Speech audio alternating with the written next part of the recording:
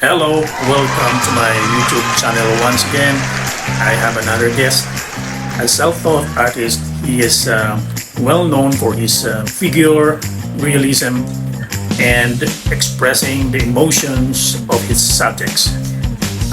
He is interested in capturing the shadows and lightings on his paintings. Ano pa nga ba? His paintings explore the occult wisdom of life in existence. At ang interesting pa dito ay ang kanyang focal points are his children and oftentimes his siblings is also his muse. Halika at interview natin siya. Samahan niyo ako.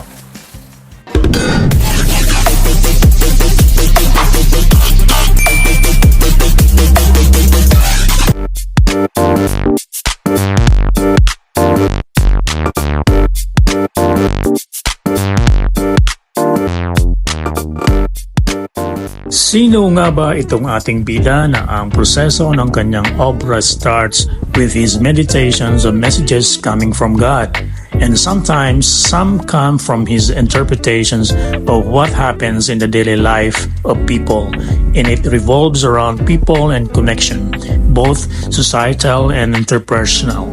He has received awards from other art competitions and has taken part in numerous group art show. Ating kilalanin ang ating self-taught artist hailing from Marikina, none other than Marco Bello. Mark, finally, nagkita ulit tayo.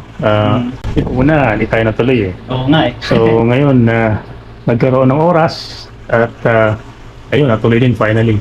So ngayon, kumusta ang buhay-buhay? Ito, tuloy-tuloy pa rin sa pagpipinta. Tapos, tuloy sa mga project. And actually, may parating akong solusyon ngayong July o June siguro.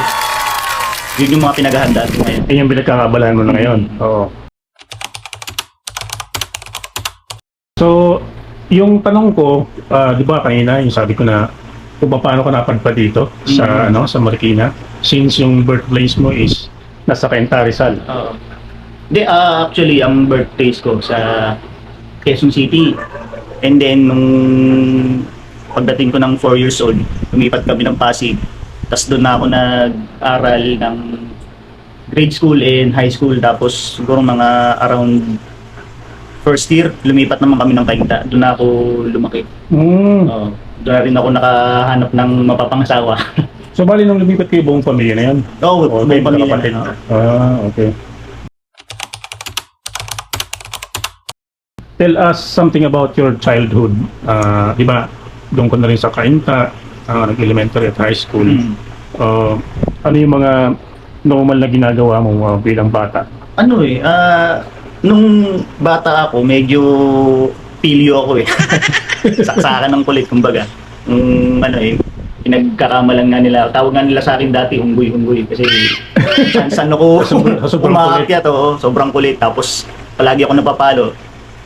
Siyempre, bata.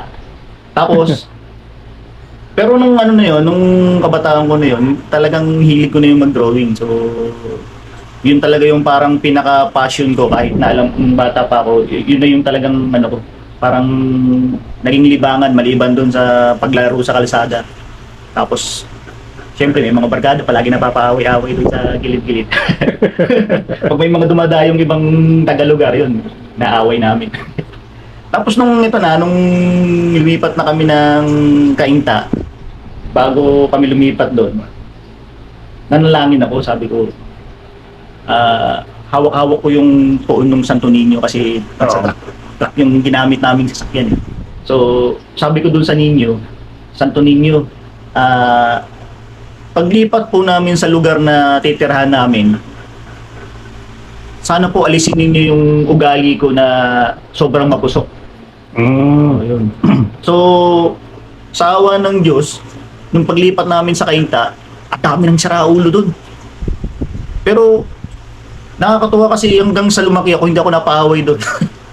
Kumbaga talagang yung... Ikaw ng guidance. Oo.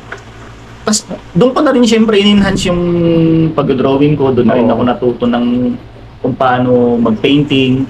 Pero teka, Mga ilang taong ka nung nalaman mong tawag dito? Matuklasan mo na nakapag-drawing ka? Bata pa, wala pa akong ano nun. Siguro mga grade 1 siguro. Para mga doodling muna. Oo, mga drawing lang. Di, syempre, napagalitan ka ng nanay mo nun. Ay, sobra. Kasi lalo na tatay ko, kasi yung tatay ko nasa utility nun sa Ajinomoto. Siya yung gumagawa ng mga blueprint ng mga ibang plano. Yun ang trabaho niya pala. Oo, tapos siya, nagda-draftsman siya. Siya yung may mga blueprint siya doon. Tapos dinadala niya yun sa bahay yung ano niya, trabaho niya. Oo. Nakaroli yun. Tapos meron siyang natutuwa ako kasi di ba ang gamit lang natin noon Mongol. Oo, yung Mongol. Sa kanya iba yung lapis niya, puro schedulers yun. Tapos nakikita ko may mga number. Oo, ganun din gamit namin sa drafting eh. Technology. Oo. Tapos may drawer siya doon, binubuksan ko yun. Tapos kukunin ko yung mga naiwan niyang blueprint doon. Dudrawingan ko ngayon. Nako, patay ka. Pag uwi ng tatay ko, yari ako. Pinagagalitan ako. Di lang galit, talagang palo. So, Tapos, ibig sabihin, nakikita mo na yung tatay mo, kumbaga nakikita mo na siyang drawing mga panahon na yun. Kaya meron siyang meron pa idea. actually meron siyang desk doon na doon siya gumagawa. Oo. Eh ako naman, syempre, hindi ako aware doon dati na para pala sa pag-drawing. Drawing lang ako ng drawing. Oo. Tapos nung nag-aaral na ako, mas marami yung drawing ko kaysa sa sinulat ko.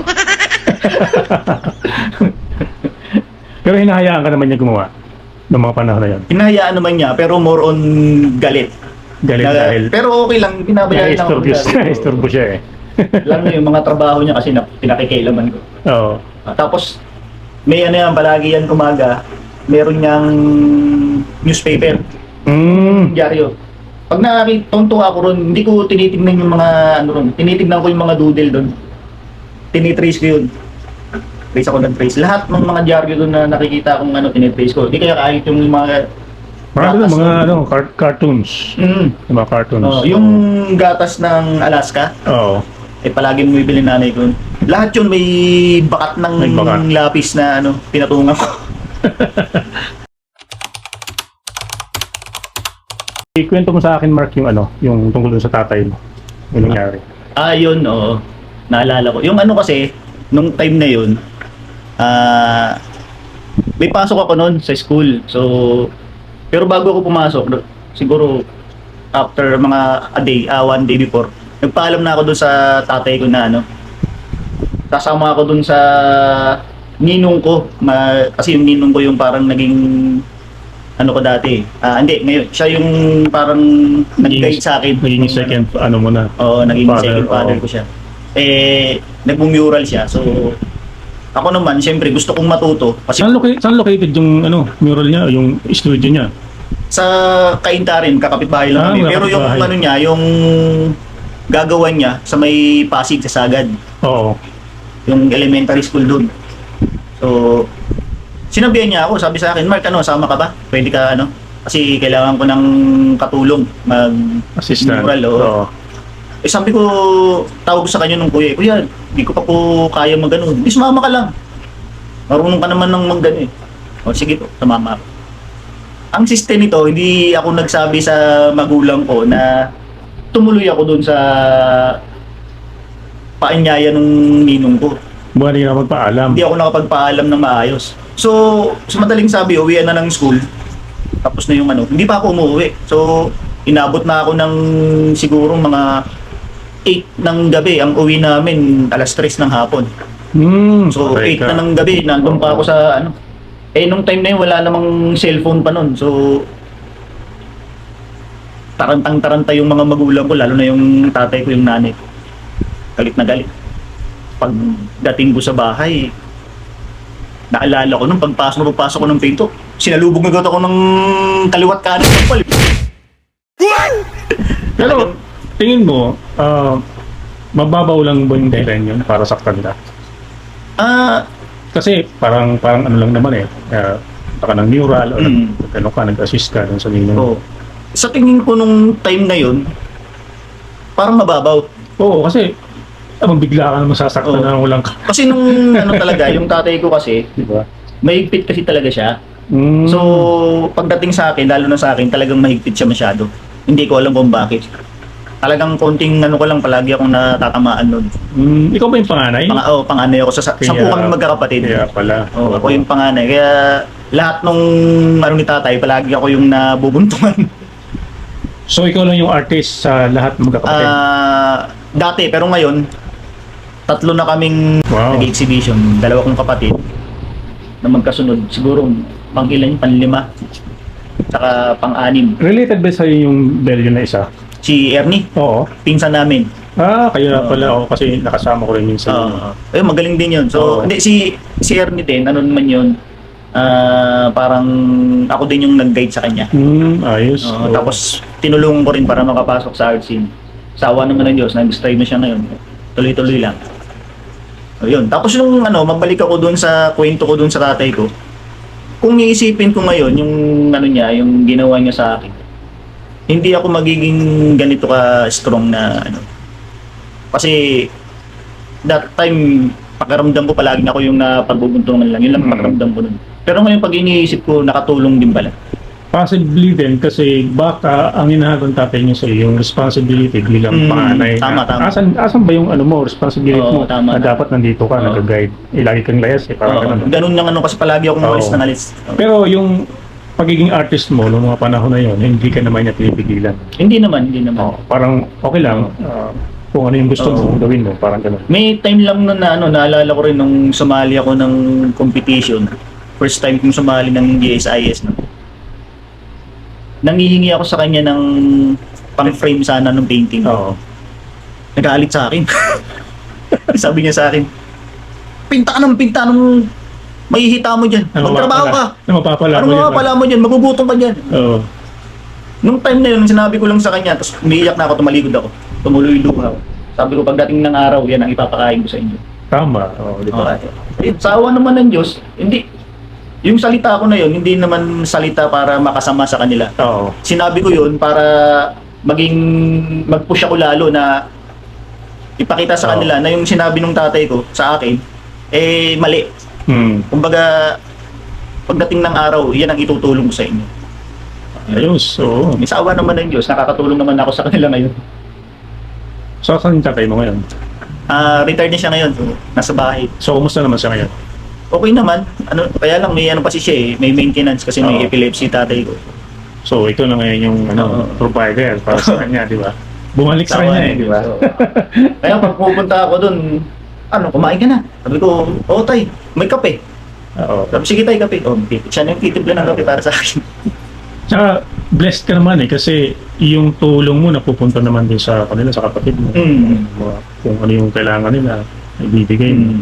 So, yun daw yung flow Pagka mayroong tinutulungan, may babalik naman sa'yo. Ganun lang yun Naniniwala ako doon. Kahit ako nasa Biblia yan Kaya kung ano yung itinutulong sa akin na binibigay na biyaya, binabahagi ko dun sa kapwa. Yung transition ko, noon hanggang ngayon is, yung una kong mga gawa, more on parang nakarelate sa sarili kong experience. Lahat yung puro hardship, mga pinagdaanan ko, yung kung paano ako nakakasurvive, yung mga nakikita ko sa paligid ko, yun yung mga pinipinta ko noon. Tapos, nung medyo nagtagal-tagal na, nakapasok na ako sa art scene talaga, napasok naman ako sa political art. So, lahat ng ginagawa ko, puro patama sa gobyerno. Tapos kung paano magkamal ng pera yung mga... Nasa gobyerno. Yung mga taong kumukonekta ako dun sa mga taong tumitingin. Kaya lang, nung nagtagal-tagal, parang ako mismo rin, nabibigatan na ako dun sa gawa ko. So, negatibo nararamdaman ko mismo, sabi ko parang medyo mabigat. So, nung nag-pandemic, hindi na ako masyadong gumawa. Nag-isip ako ng way na paano ako makakapagbigay ng painting, ng pesa na makakarelate yung mga tao sa part na magiging masaya sila. Tama. So kaya yung painting ko na more on political social realism, naglaylo ako doon. Gumawa ako ng mga magagaan lang na painting na pag tinignan ng tao, makaka-relate sila, tapos makakapagbigay sila ng sarili nilang meaning. Tsaka yung positive, ano lang, vibes. Puro positive vibes yan. Oo. More on... Para hindi mabigat sa tingin. Tama. Oo. Yun yun. Tapos, nag-isip din ako ng idea na paano magiging kakaiba yung trabaho ko doon sa iba pang mga artist na, lalo na yung mga kasabayan ko, mga hyper-realist, halos pare-pares na kami ng trabaho. Oo. So, nag-try akong maglagay ng texture sa trabaho ko. Maiba naman. Oo. Parang yun lang na magiging ano mo tawag dito, Parang yun na yung naging identity. identity mo eh. Yung signature na ano. Tapos, nag-isip din ako ng kulay na pwede kong ilagay na pag tinignan ng tao, kahit madaanan lang ng mata, mapapansin, oy, mata. Oo, ay mga ko alam na. Oo. Yun, so, pumasok sa isip ko yung kulay red. Since yung red, paboritong kulay ko din. Yun na yung ginawa kong signature na ano, na naghanap ko talaga ako ng kulay red na vibrant yung kulay na pag nakita ng tao, magugustuhan nila. Oo, tama. I mean, makaka-capture yung, yung attention nila. Nagpipinta ako, yung mga kinukuha kong kulay. Kunyari, titignan ko muna yung reference ko. Kung ano yung kulay na nandun, at iniisip ko, nakikita ko dun sa reference ko, yun lang yung pinipiga kong mga kulay. Ang kulay ko naman palagi, ultramarine, Banshena, tapos minsan yan, yung dilaw pag gusto ko. Pero mostly 5 kulay lang ang gamit ko eh. Kasi minsan, not necessarily, kung ano yung nakikita mong picture, doon na yung pagsakto nun din eh. So, the way na ikaw na magtitimpla niyan, lalabas yung natural na kulay niya. So, nasa discarding na talaga kung paano mo. Ang ang nakakatuwa nun, kasi syempre matagal na natin ginagawa to. Kabisado ko na yung mga pipigain kong kulay dyan. Oo, tama. Tatamputin ko na lang ng piga. Tapos timpla. Nabanggit mo pala na self-taught artist ka. Kailan ba nag-umpisa yun? Ibig sabihin, hindi ka na nag-aral ng fine arts eh. Oo. Tuloy-tuloy na eh, di ba? Hindi na ako nakapag-aral. So, ang kasi nun, nung time na gusto ko sana mag-aral, sakto naman na parang medyo nagkakaroon ng problema dun sa trabaho ng tatay ko. So, hindi na ako nabigyan ng tsansa. So, tapos ang pa nito, yung kursong gustong kunin, yung fine arts, ayaw ng tatay ko. Kaya, Parang salungat oo, salungat. Kasi gusto niya mag-engineer ako, di kaya architect. Kaya ang problema naman nun, mahina ako sa mathematics. So, Mahina sa music, pareho tayo. kaya ang nangyari, huminto na ako sa pag-aaral. Pero nakagraduate naman ako ng high school. Tapos pagka-graduate ko ng high school, trabaho ko sa Ajinomoto. So, ko ron. Pero hindi ko pa rin binitawan yung pagpipinta ko. Anong ginawa mo sa Ajinomoto? Factory worker. Pareho pa tayo, dahil pinagdaanan. Factory worker para lang may Para pangtustos. pangtustos. Oo. Kasi gusto ko nang bumili ng mga gamit noon. Eh wala akong pambili. So, nung nakapagtrabaho ko doon, nakapag-unti-unti akong bumili ng mga kailangan kong gamit. Pero hindi pa ako marunong mag-oil noon. Ang medium ko pa lang noon is colored pencil, yan. Mga dry media. Yan ang mga medium mo dati. Tapos nagsubok-subok din ako pa unti-unti ng acrylic. Di ba ka rin? Nag-charcoal ka rin? Charcoal, yan. Tapos pastel. Hindi mo nasubukan yung pastel. Pastel. Subukan mo pastel. Halos lahat ng medium, di ba? Oo. Para, kumbaga, spread out yung mo. Kalaman sa Bago ko nag-stay talaga dito sa oil. Oo. Ito na yung, may nag-suggest lang sa akin na subukan ko yung oil kasi, yun nga, sabi nila maganda daw. Trinay ko. Eh, sa awa ng Diyos, nagkasundo kami. Stick na ako dito. Yun. Baka muna tayo dun, Mark, sa sa gawa mo nung una. Kasi pansin ko, yung naging transition mo naalala mo pa yung mga reflection ng hardship, Oo. loneliness, yung mga sakit, pain of life. Bakit yung mga ikaw naisip mo, marami ka bang pinagdaanan sa buhay?